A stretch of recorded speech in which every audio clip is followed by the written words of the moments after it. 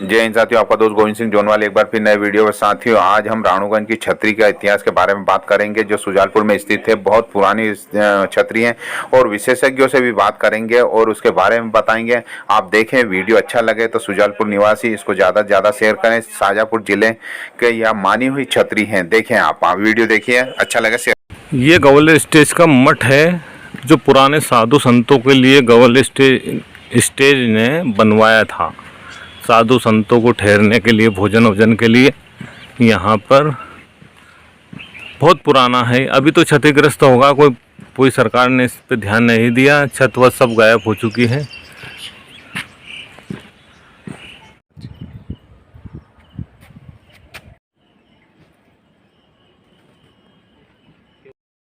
क्या है ये मंदिर है, क्या है? मठ है। अच्छा, हाँ, इसी जगह का? हाँ, साधु संतों का मठ है। अच्छा अच्छा, ठीक। पुराने जो साधु यहाँ ग्वालियर डिस्ट्रिक्ट में छोड़े हुए थे, उनका मठ है ये। ठीक। अब ये कब्जा कैसे साधु संत को देते हैं चमन हो, ये कोई जगह चमन नहीं हो रही है। ठीक ठीक। अगर कोई यहाँ गलती करेगा तो यहाँ आकर डबल माफी मांगता है फिर। ठीक ठीक, कि हमसे गलती हो गई साहब। राजा कौन से राजा है? ये ग्वालियर डिस्ट्रिक्ट। हाँ। तो वहाँ के माधवराव सिंधिया के पूर्वज पुराने जो गए इधर कहीं घूमने फिरने, घूमते फिरते कहीं उनकी नजर गिर गई। तो उनने कि भाई राजा को तो वही जानी चाहिए जिसके पाँव में पदम हो जी। वो उनने लड़ाई झगड़ा करके उसे यहाँ तक ले आए। वो यहाँ आके उनका होगा देहांत, घायल होने में देहांत होगा। उनने फिर यहाँ उनका सम्माजी का प्रोग्राम बनाया। अब जो लड़की थी वो वहाँ हो गई शहीद।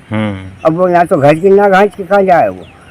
इस वजह से फिर इनसे पहले फिर इनको महात्मा को ले गए पुराने अच्छे खासे, जैसा कि धरती पर कोई नहीं। तो उनने यहाँ उनकी सेवा समय कर गुजार के उनका होगा नियमित जो पूरा, यानी मतलब अपन महीने में 2 महीने में साल भर में जाने वाले हैं। तो ये जो छतरी किसने बनवाई थी? ये ग्वालियर स्टेट की बनी हुई है। बोलते हैं एक रात में बन गई है। ये तो सारी बातें हैं, 6 महीने की रात बोलते थे। उस रात में अगर बनी हो तो बनी हो, नहीं तो आज एक झोंपड़े नहीं बना सकते हो। तो हम किसी की माने? ये है लफड़ा। और ये महात्मा है जो राजा के महाराजा को वो कई मालूम कहाँ से ढूंढ के लाए थे। उनने उनकी यहाँ सेवा समिति में रखा था। अब उनके 1212 बीघा जमीन दे दी। इसमें वो पद्मा, क्या नाम बताया आपने? पद्मा को उसको लेके आए थे।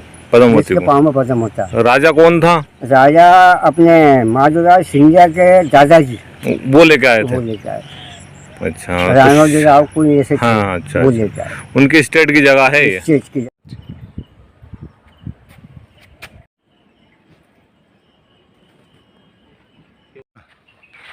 ये 2 हाथी के चिन्ह है, या तो प्यार कर रहे हैं या फिर लड़ाई कर रहे हैं।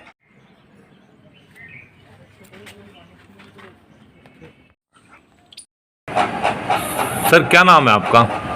मैं प्रोफेसर डॉक्टर काजी एस रहमान। अच्छा सर, हमें राणूगंज छतरी के बारे में कुछ पुरानी यादें बताइएगा। राणूगंज ग्राम का अपना एक ऐतिहासिक महत्व रहा है। राणूगंज मालवा में स्थित शाजापुर जिले और सुजालपुर अनुभाग का एक छोटा सा गांव जरूर है, लेकिन राणूगंज नेवज नदी के किनारे स्थित है। नेवज नदी को दूधी नेवज के नाम से भी पहचाना जाता है। इसका अपना ऐतिहासिक और सांस्कृतिक महत्व है। कालिदास के अमर ग्रंथ मेघदूत में भी नेवज नदी का वर्णन आया है।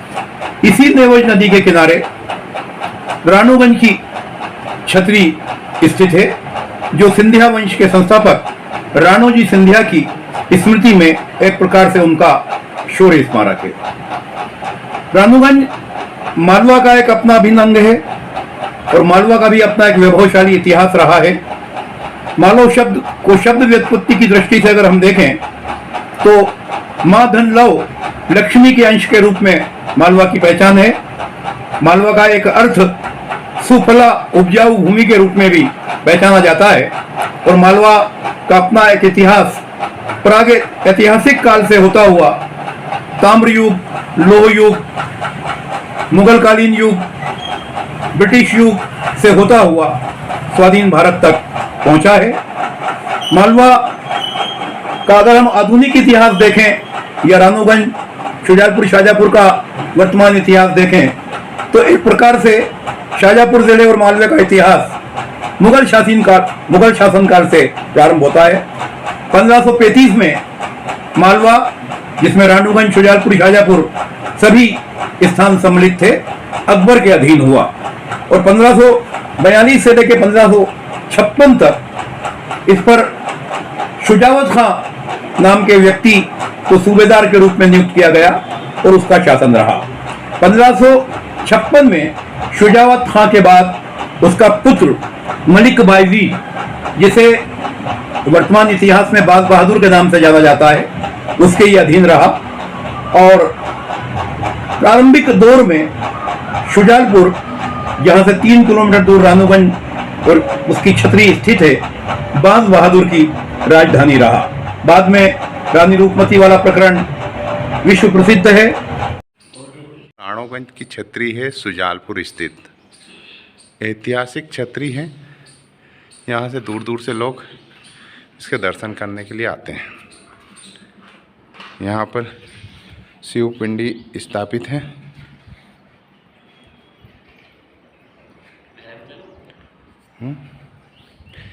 ये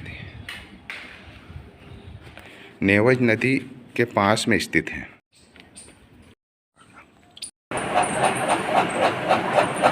1745 में जब युद्ध करते हुए नेवज नदी के किनारे राणोजी सिंधिया शहीद हुए तो उसके बाद समस्या उत्पन्न हुई कि अब उनकी कमान कौन संभालेगा।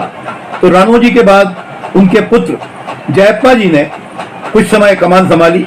जयप्पा जी के बाद महाजी, केदार जी और रावल जी से होती हुई ये परंपरा देश आजाद होने तक महाराज जीवाजीराव सिंधिया तक चलती रही।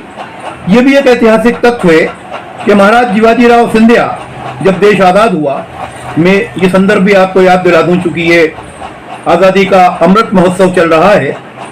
उस समय जीवाजीराव सिंधिया और हैदराबाद नवाब 2 ऐसे देशी राज्य थे जो अपनी रियासतों को भारत में विलय करना नहीं चाहते थे। ये उत्तरदायित्व चूंकि सरदार पटेल के पास में था कि सारी देशी रियासतों और राज्यों का विलय सरदार वल्लभ भाई पटेल ने अपनी लोह नीति के कारण कराया था। और यह भी एक ऐतिहासिक तथ्य है कि जिस समय देश आजाद हुआ उस समय ग्वालियर कांग्रेस के अध्यक्ष स्वर्गीय पंडित लीलाधर जोशी थे, जो मध्य भारत के आगे चलकर पहले प्रधानमंत्री बने, जिसे बाद में मुख्यमंत्री कहा जाने लगा। सरदार पटेल ने ग्वालियर राज्य को भारत में विलय करने की जवाबदारी लीलाधर जोशी के ऊपर सौंपी। लीलाधर जोशी चूंकि महाराजा ग्वालियर के बहुत समीप थे, वे ग्वालियर कांग्रेस के अध्यक्ष भी थे। उन्होंने संपर्क किया। कुछ आनाकानी के बाद वापस सरदार पटेल के पास लीलाधर जोशी गए और सरदार पटेल से मुलाकात का समय महाराजी जीवाजीराव सिंधिया का लीलाधर जोशी ने तय कराया। जब दोनों मिले तो लीलाधर जी से महाराजा जीवाजीराव सिंधिया इतने प्रभावित थे कि उन्होंने मिलते से ही ये कहा कि सरदार, यदि आप ग्वालियर स्टेट का विलय के बाद प्रधानमंत्री लीलाधर जोशी को बनाते हैं तो मैं ग्वालियर राज्य को भारत में विलय करने के लिए तैयार हूं। इस तथ्य का उल्लेख स्वयं पंडित लीलाधर जोशी ने अपनी आत्मकथा जो अप्रकाशित है उसमें किया है। और उसके बाद सरदार पटेल तुरंत राजी हो गए और हम ये कह सकते हैं कि एक तरह से भारत में ग्वालियर राज्य के विलय का इनाम पंडित लीलाधर जोशी को मध्य भारत के पहले मुख्यमंत्री के रूप में मिला। देश में मध्य भारत ग्वालियर राज्य का विलय होने के बाद 1956 में मध्य प्रदेश बना। रानूगंज, शुजालपुर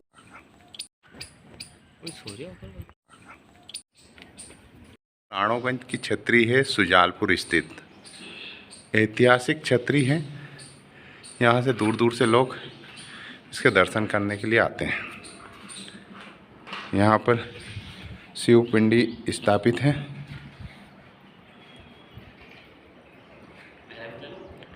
ये देखिए। नेवज नदी के पास में स्थित है। मिठाइयों का वितरण किया गया है। पत्रकार सोनी जी हैं, उनको